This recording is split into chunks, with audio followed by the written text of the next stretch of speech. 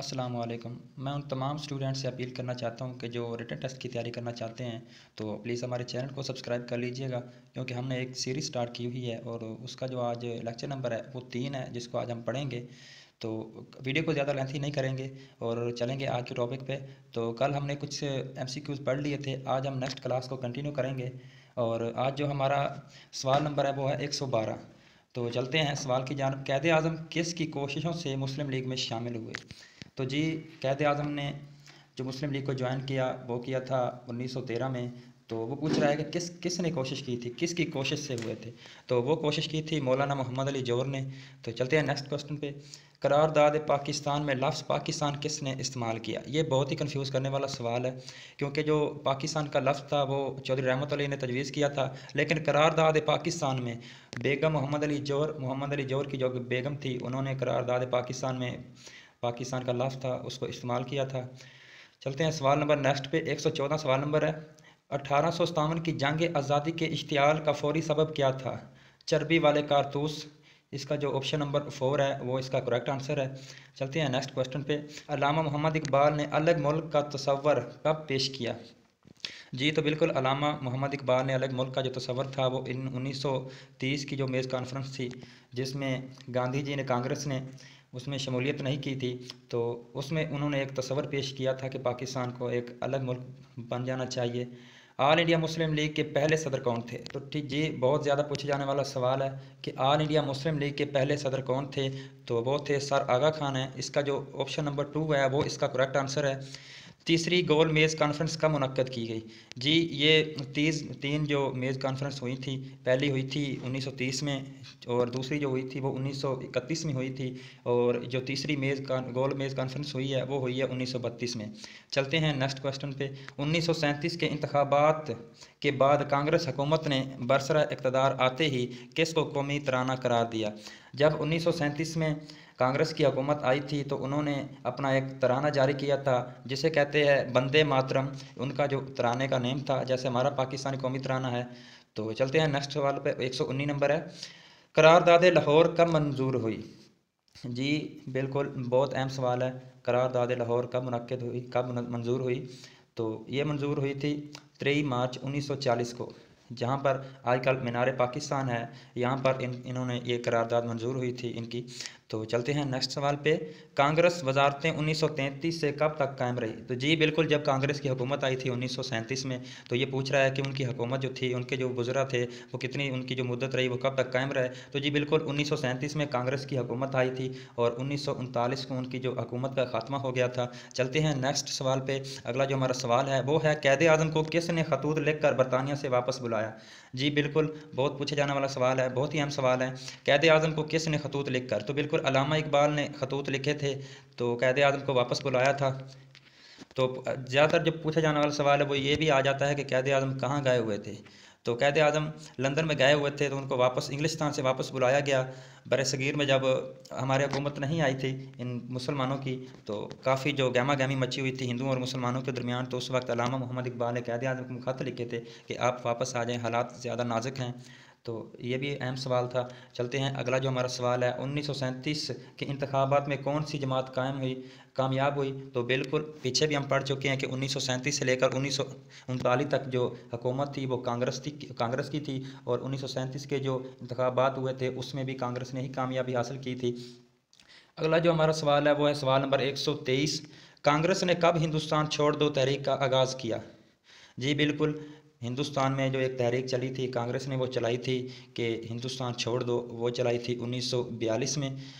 चलते हैं अगले सवाल पे। करारदाद लाहौर कितने अल्फाज पर मुश्तमिल थी? बहुत ही अहम सवाल। ज़्यादातर ये इस तरह का जो सवाल होते हैं ये पीपीएस में बहुत पूछे जाते हैं कि करारदाद लाहौर कितने अल्फाज पर मुश्तमिल थी? तो वो थी 400 अल्फाज पर मुश्तमिल थी करारदाद लाहौर। चलते हैं अगले सवाल पे। तो अगला जो हमारा सवाल है वो है, मुस्लिम लीग ने कब हिंदुस्तान भर में योम फ़तह मनाया? मुस्लिम लीग ने कब हिंदुस्तान में योम फ़तह मनाया? तो वो मनाया उन्होंने 11 जनवरी 1946 को। ये जो सन वाले सवाल होते हैं ये हर पेपर में 2-3 सवाल तो लाजमन ही आ जाते हैं कि कब मनाया, कब आज़ाद हुए, कब उन्होंने तहरीक चलाई, कब हुकूमत आई। इस तरह के सवाल ये जो सन वाले हैं ये बहुत इंपॉर्टेंट होते हैं और ये हर पेपर में 2-3 इस तरह के सवाल आ ही जाते हैं। चलते हैं, हमारा जो अगला सवाल है वो है 126। मुस्लिम लीग को 1945 के मरकज़ी असम्बली के इंतखाब में कितने फ़ीसद कामयाबी हुई? जी बिल्कुल, 1945 में मरकज़ी असम्बली के जो इंतखाबात हुए थे उसमें मुस्लिम लीग को 100% कामयाबी हासिल हुई थी। अगला जो हमारा सवाल नंबर है वो है 127। नवाब लियाकत अली ख़ान का 1946 का पेश करदा बजट किसका बजट था?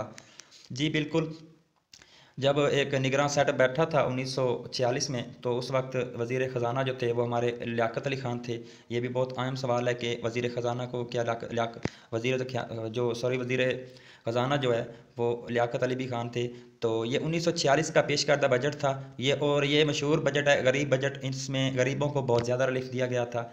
चलते हैं, हमारा अगला जो सवाल है, दूसरी गोल मेज़ कॉन्फ्रेंस कब मुनक्किद हुई? तो जी बिल्कुल 1931 में हुई। मुस्लिम लीग ने कब यौम रास्त इक़्तिदाम मनाया? जी बिल्कुल, 129 सवाल नंबर है, मुस्लिम लीग ने कब यौम रास्त इक़्तिदाम मनाया? तो वो उन्होंने मनाया था 16 अगस्त 1946 को।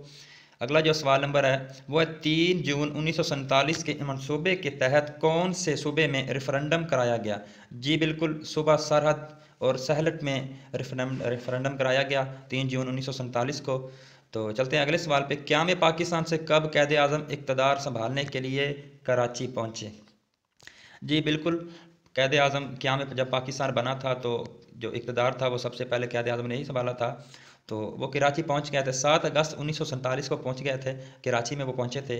तो ये भी ज़्यादातर सवाल आ जाता है कि इक़्तिदार संभालने के लिए कैद आज़म सबसे पहले कहाँ पहुंचे थे। काफ़ी ऑप्शन आ जाते हैं, ढाका में पहुंचे थे या लंदन में पहुंचे थे, लाहौर में पहुंचे थे, कराची में पहुंचे थे। तो इस तरह के थोड़े से MCQs कन्फ्यूज़ करने वाला जो बंदा पेपर बना रहा होता है वो इस तरह से थोड़ा सा कन्फ्यूज़ करने की कोशिश करता है, लेकिन बिल्कुल सिंपल सवाल है। चलते हैं, जो हमारा नेक्स्ट सवाल है, अगला जो हमारा सवाल है वो है करारदाद मकासद में किस को पाकिस्तान के आइन की नज़रियाती असास करार दिया गया था? तो जी बिल्कुल, इस्लाम जो है, इस्लाम के नाम पर ही पाकिस्तान को बनाया गया था।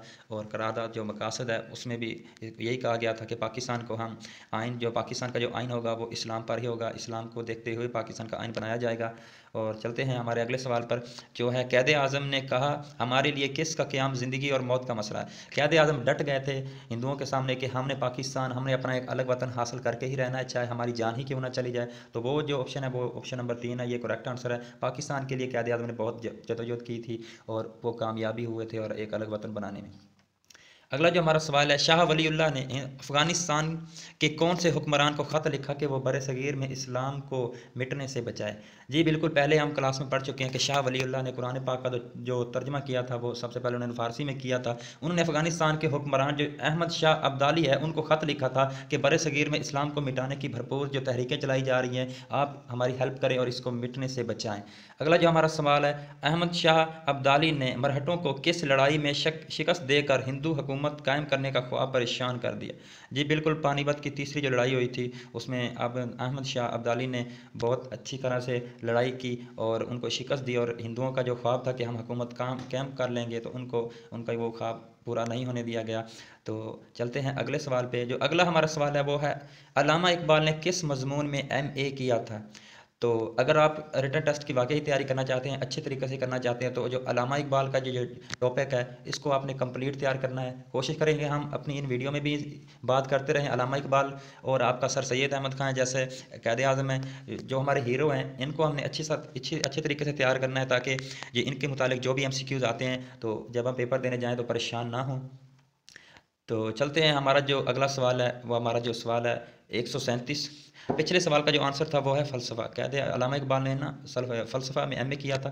अल्लामा इकबाल ने किस मुल्क से PhD की डिग्री ली थी? बहुत ही ज़्यादा सवाल है और बहुत मरतबा ये पूछा गया है कि अल्लामा इकबाल ने जो PhD की डिग्री की थी वो किस मुल्क से की थी? तो वो की थी जर्मनी से की थी। अगला हमारा सवाल है, अल्लामा इकबाल गवर्नमेंट कॉलेज लाहौर में किस मज़मून के उस्ताद थे? जी बिल्कुल, आपकी इत्तला के लिए ये भी बताते चलें कि अल्लामा इकबाल एक शायर ही नहीं थे बल्कि वो अंग्रेज़ी के एक उस्ताद भी रहे हैं लाहौर कॉलेज में। नेक्स्ट जो अगर हमारा सवाल है वो है, अल्लामा इकबाल ने बैरिस्टरी का जो इम्तिहान कहाँ से पास किया था? अल्लामा इकबाल ने वकालत का इम्तिहान भी पास किया था। अल्लामा इकबाल एक वकील भी थे, तो उन्होंने बरतानिया से वकालत का जो इम्तिहान था पास किया था। अगला जो हमारा सवाल नंबर है वो है 140। लाहौर में सिखों ने कौन सा कॉलेज कायम किया था? जी बिल्कुल, लाहौर में सिखों ने अपना एक कॉलेज भी बना लिया था। उसके कॉलेज का जो नाम है वो है दयाल सिंह। ऑप्शन नंबर 1 जो है वो इसका ठीक है। कैद आज़म के वालिद का नाम क्या था? जी बिल्कुल, कैद आज़म के वालिद का नाम जिना पूंचा भाई था। और ये बहुत ही ज़्यादा सवाल है और बहुत ही कंफ्यूज कर देता है ये सवाल जिस तरह जब पेपर में आया हो, क्योंकि इसके जो ऑप्शन है वो ज़्यादा मैच कर रहे होते हैं। जी पूंचा जिना है, जिना पूंचा है, जिना भाई हैं। जो इसका जो करेक्ट आंसर है वो है जिना पूंचा भाई, जिना पूंचा भाई। जी बिल्कुल, इंशाल्लाह नहीं भूलेगा आपको। तो अगले सवाल पे चलते हैं। कैद आज़म मोहम्मद अली जिन्ना ने अपने इब्तदाई तालीम कहाँ से हासिल की थी? जी, कैद आज़म कराची में पैदा हुए थे और इन्होंने जो इनकी जो इब्तदाई तालीम थी तो वो उन्होंने मदरसातुल इस्लाम कराची से हासिल की थी। जो इसका ऑप्शन नंबर 1 है वही करेक्ट आंसर है।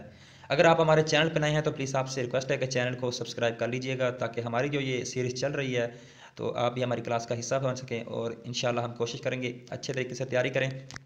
अभी हम एक बुक को रीड कर रहे हैं, जैसे ही हमारी ये बुक कंप्लीट होगी तो इंशाल्लाह हम फिर डिफरेंट जो एमसीक्यूज़ होंगे वो हम चुन कर हम इंशाल्लाह वीडियो पे लेकर आएंगे और इस तरह आपकी अच्छी से अच्छी तैयारी हो जाएगी। अभी आपको एक तसलसल के साथ, अगर आप अभी आपकी एक दिलचस्पी इस वीडियो में लेके आने के लिए, रिटन टेस्ट की तैयारी करने के लिए अभी आपके लिए ये पेश किया है, इस तरह के हम लेक्चर कर रहे हैं। तो इंशाल्लाह जैसे ही आपकी जो दिलचस्पी बढ़ती जाएगी उसी तरह से ही हम अपने जो सवाल हैं वो हाई लेवल के लेकर आएंगे। लेकिन जो बेसिक हैं, ज़्यादातर जो मोस्ट पेपर में पूछे जाते हैं वो बेसिक ही पूछे जाते हैं। इस तरह के जो सवाल होते हैं ये पेपर में आ जाते हैं और हम कंफ्यूज हो जाते हैं, क्योंकि हम तो हाई लेवल के जो एमसीक्यूज होते हैं उनको तैयार करते हैं, जबकि जो पेपर में पूछा जाता है वो कि सिंपल चीज़ पूछी जाती है, सिंपल से सवाल होते हैं, लेकिन हमारे लिए बहुत अजाब बन जाते हैं। तो चलते हैं हम अब अपने अगले सवाल की जानब। सवाल नंबर है 143।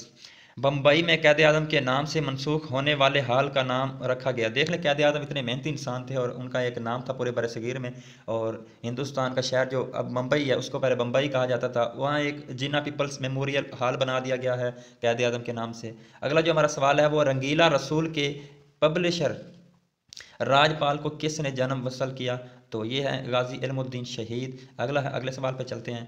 कैद आज़म मोहम्मद अली जिन्ना कब कराची में पैदा हुए? तो जी बिल्कुल, हमें बहुत ही अहम हमारा हीरो है और हमें इनके अपने हीरो के मुतालिक पता भी होना चाहिए कि वो कब पैदा हुए, उन्होंने कौन कौन सी डिग्री हासिल की, उन्होंने क्या काम किए। तो जो लोग अपने हीरो की कदर करते हैं वो कामयाब होते हैं। तो कैद आज़म जो पैदा हुए वो हुए 25 दिसंबर 1876 को, जिसका जो ऑप्शन 1 है वही करेक्ट आंसर है। कैद आज़म के वालिद का नाम क्या था? जी बिल्कुल, कैद आज़म के वालिद का क्या नाम था, सॉरी, कैद आज़म की वालदा का क्या नाम था? तो वो उसकी जो वालदा का नाम था वो था मिठी बाई। अगला जो हमारा सवाल नंबर है वो है 147। कैद आज़म ने कितनी उम्र में मुकाबले का इम्तिहान पास कर लिया था? जी बिल्कुल, कैद आज़म ने 20 साल की उम्र में जो मुकाबले के इम्तिहान होते हैं उसको पास कर लिया था। अगला हमारा सवाल है अल्लामा मोहम्मद इकबाल ने कब वफ़ात पाई? जी बिल्कुल, हमारा हीरो था और आज भी याद रखा जाता है। जो बड़े बड़े हमारे जो ऑफिस हैं, हमारे जो अफसरान हैं, यहाँ भी देख लें हमारे जो बड़े ऑफिस हैं, वहाँ कैद आज़म और अल्लामा इकबाल की पिक्चर लगी होती है, क्योंकि अल्लामा इकबाल ने तस्वर पेश किया था कि हमारा मुल्क जो एक मुल्क अलग बन जाएगा, तो वो हमारे हीरो हैं। तो अल्लामा मोहम्मद इकबाल ने वफ़ात पाई थी 21 अप्रैल 1938 को। इन्होंने पाकिस्तान को बनता हुआ देखा तो नहीं था, बना हुआ देखा तो नहीं था, क्योंकि पाकिस्तान तो 14 अगस्त 1947 को बना था, लेकिन ये बनने से पहले ही वफ़ात पा गए थे। लेकिन इन्होंने पाकिस्तान बनने में बहुत अहम किरदार अदा किया था। इन्होंने कैद आज़म की हर तरह की जो उनको मदद उनको दरकार थी, इन्होंने उनसे उनकी मदद की थी। अगले सवाल पे चलते हैं। अल्लामा इकबाल ने कब गवर्नमेंट कॉलेज लाहौर से BA किया था? जी बिल्कुल, BA जो कहते हैं, अल्लामा इकबाल ने कब किया था गवर्नमेंट कॉलेज से? तो वो उन्होंने किया था 1897 में। इसका जो ऑप्शन नंबर 2 है वही इसका करेक्ट आंसर है। अल्लामा इकबाल ने कब MA फ़लसफ़ा की डिग्री हासिल की थी? MA फ़लसफ़ा 1899 में इन्होंने डिग्री हासिल की थी। MA फ़लसफ़ा की डिग्री इन्होंने हासिल की, पीछे हम पढ़ चुके हैं। तो नेक्स्ट जो हमारा जो सवाल है वो है अल्लामा इकबाल के वालिद का नाम क्या था? तो मौलवी नूर मोहम्मद अल्लामा इकबाल साहब के वालिद का नाम था। अगले सवाल पे चलते हैं। लॉर्ड माउंटबेटन किस मुल्क का आखिरी वसराय था? हिंदुस्तान का था। बहुत ही अहम सवाल है और काफ़ी बार ये पूछा भी गया है। लॉर्ड माउंटबेटन किस मुल्क का आखिरी वसराय था? तो वो था हिंदुस्तान का। तो आज की जो हमारी क्लास थी वो इतनी ही थी। नेक्स्ट जो हम वीडियो बनाएंगे वो इंशाल्लाह बनाएंगे हम इस्लामियात के टॉपिक को लेकर आएंगे। ऐसा कोशिश करेंगे एक दिन इस्लामियात की हो, एक दिन हम पाकिस्तान जो जनरल नॉलेज है उसको स्टडी करें। इंग्लिश को भी हम लेकर आएंगे इंशाल्लाह, थोड़ा सा उनका जो प्रैक्टिकल होता है तो इंशाल्लाह जैसे जैसे हमारी क्लास में हमारे जो स्टूडेंट्स ज़्यादा आते जाएंगे तो इंशाल्लाह हम उस वक्त उसी तरीके से हम इंशाल्लाह कंटिन्यू करेंगे। तो इंशाल्लाह नेक्स्ट जो हमारी क्लास होगी वो होगी इस्लामियात पर। इस्लामियात की जो बेसिक है उसको हम तैयार करेंगे। हमारे जो वीडियो हैं ज़्यादातर ये हेल्पफुल होंगी, काफ़ी हेल्पफुल होंगी। और ये जो हमारी फोर्स के जो इम्तिहान होते हैं पीपीएससी में भी इनमें से सवाल आ जाते हैं। ऐसी बात नहीं है कि पीपीएससी के मुतालिक हमारी वीडियो नहीं है। काफ़ी जो प्रीवियस पेपर जो हुए हैं पास्ट में आप उठाकर देख लें पीपीएस के, तो काफ़ी जो क्वेश्चन होते हैं वो हमारी वीडियो में भी मिल जाएंगे इंशाल्लाह। तो मिलते हैं हम नेक्स्ट वीडियो में। अगर आप हमारे चैनल पर नए हैं तो सब्सक्राइब कर लीजिएगा और साथ लगे बेल आइकन के बटन को ज़रूर क्लिक कर लीजिएगा ताकि आप हमारी क्लास का हिस्सा बन सकें। और हमने एक रिटन टेस्ट की प्रिपरेशन के लिए यह क्लास शुरू की हुई है। तो अगर आपके दोस्त जिनको हमारी क्लास के मुतालिक इन्फॉर्मेशन नहीं है तो आप उनको लिंक शेयर कर दीजिएगा और उनको मोटिवेशन कीजिएगा कि आप हमारे क्लास को ज्वाइन करें। इंशाल्लाह आपको बहुत सारा फ़ायदा होगा। हमारे जो काफ़ी व्यूवर्स हैं वो कमेंट्स कर रहे थे कि सर आप रिटन टेस्ट की तैयारी करवा रहे हैं तो आप कोशिश करें कि हमारे लिए टेस्ट भी लिया करें, टेस्ट भी अनाउंस करें, हम टेस्ट देने के लिए भी तैयार हैं। तो मैं आप कॉमेंट्स में या इसी वीडियो में इंशाल्लाह अपना नंबर दे दूँगा व्हाट्सअप का। हम एक व्हाट्सअप का एक ग्रुप बनाएंगे तमाम जो हमारे स्टूडेंट्स होंगे हमारी क्लास के, तो इंशाल्लाह हम टेस्ट भी कंडक्ट किया करेंगे।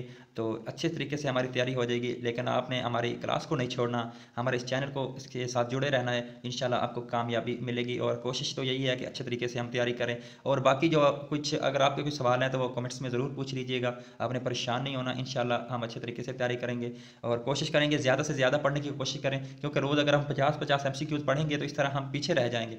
तो जैसे जैसे हम अपनी क्लास को बढ़ाते जाएंगे तो इंशाल्लाह कोशिश करेंगे, अगर हम 50 कर रहे हैं तो सुबह हम 100 करेंगे, 200 करेंगे। इस तरह हम वीडियो को लेंथी बनाते जाएंगे। कुछ नहीं होता, अगर हमने तैयारी करनी है जहाँ हम 10 मिनट देते हैं अपनी वीडियो को वहीं हम कोशिश करेंगे 30 मिनट दे देंगे और ज़्यादा से ज़्यादा पढ़ने की कोशिश करेंगे। तो जी ठीक है, मिलते हैं नेक्स्ट वीडियो में। अपना और अपने घर वालों का बहुत सारा ख्याल रखिएगा। अल्लाह हाफिज़।